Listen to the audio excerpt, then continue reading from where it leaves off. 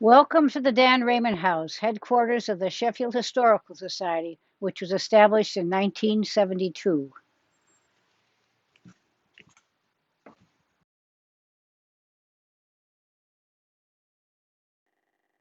I'm standing in the entryway of the Dan Raymond House. On either side of me is a parlor, and upstairs would have been a story and a half loft where Raymond and his family would have slept, his wife, and 9 children.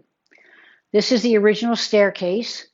The banister may have been replaced, but the stairs are all original. The risers are different heights, making it very difficult to ascend. Raymond himself showed up in Sheffield in 1763 at the age of 27, and shortly thereafter married 19-year-old Anne Noble, the granddaughter of Matthew Noble, the first English white settler in Sheffield.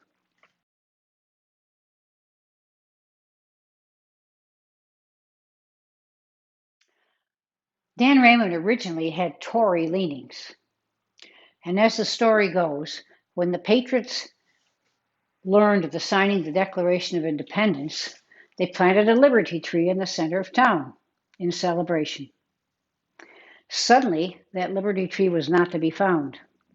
The townspeople were not pleased.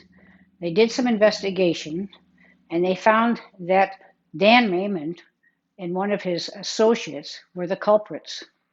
Raymond was publicly humiliated in town and made to apologize to all the townspeople.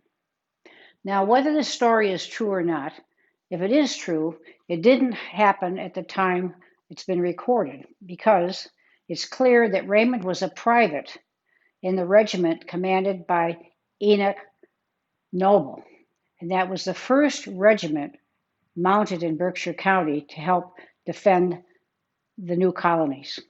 And Raymond served nobly in that unit. He was also very active in the community throughout his life, served in a variety of capacities. He was a constable, he was a tax collector, he did one thing or another. He was thought to be a very successful businessman and was thought to be the third wealthiest man in Sheffield at one point. Now, what these businesses were, nobody seems to know. Sadly, at the age of 63, he fell into debtor's prison because he could not pay $593, the equivalent of $12,000 today. His troubles continued, and at the age of 73, he died in debtor's prison, a poor man with no estate and no will, and he's buried in the Barnard Cemetery.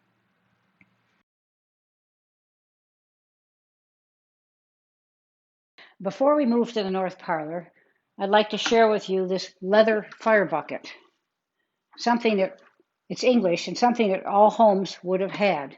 In the home, it would have been filled with sand, so in the event there were a fire in the house, they could throw sand to try to douse the fire.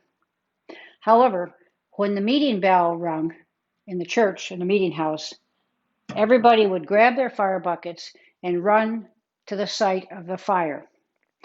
They would there form two lines of people. One line would ferry the water up from the river to the fire. The other line would send the buckets down to be refilled. Circular motion. If someone was not able to go to the fire, they would throw their bucket out in the yard. It would be grabbed by a neighbor, so that bucket would still be employed in the putting out of the fire. And all the buckets were marked in a way that each family member could recognize his or her bucket. A precursor to our hook and ladder of today.